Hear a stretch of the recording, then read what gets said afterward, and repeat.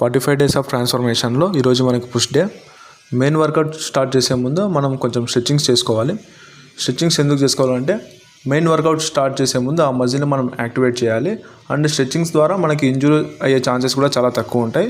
So ఏదైనా మనం main workout start చేసే ముందు దానికి రిలేటెడ్గా ఉన్నటువంటి స్ట్రెచ్చింగ్స్ అన్ని చేసుకొని తర్వాత మెయిన్ వర్కౌట్కి వెళ్తే ఇంజురీస్ ఛాన్సెస్ చాలా తక్కువ ఉంటాయి అన్నమాట. ఈరోజు మనం normal pushups, pike pushups and decline pushups, wall stand ఇవి మన వర్కౌట్లో ఉన్నాయన్నమాట. ఏ వర్కౌట్ చేయాలన్నా దానికి రిలేటెడ్గా బ్రీతింగ్ టెక్నిక్ అండ్ ఫామ్ అనేది ఖచ్చితంగా ఉంటుంది. సో మనం ఆ ఫామ్ని, బ్రీతింగ్ టెక్నిక్ని కరెక్ట్గా మెయింటైన్ చేస్తూ మన వర్కౌట్ని స్టార్ట్ చేయాలి. ఫస్ట్ నార్మల్ పుషప్స్లో మన బాడీని కిందికి తీసుకెళ్ళేటప్పుడు బ్రీత్ అనేది మనం లీవ్ చేయాలి. అండ్ వైల్ లిఫ్టింగ్ బాడీ, మన బాడీని లిఫ్ట్ చేసేటప్పుడు బ్రీత్ అనేది తీసుకోవాలన్నమాట. అండ్ కోర్ మజిల్ని కూడా టైట్ చేయాలి.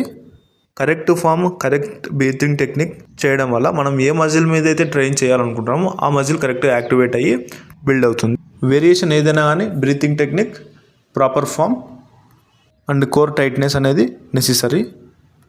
ఈ టెక్నిక్స్ ఫాలో అవుతే మనకి మజిల్ గ్రోత్ అండ్ ఇంజురీస్ కూడా చాలా తక్కువగా అవుతాయి. Thank you for watching. It's your fit for future by Keshav.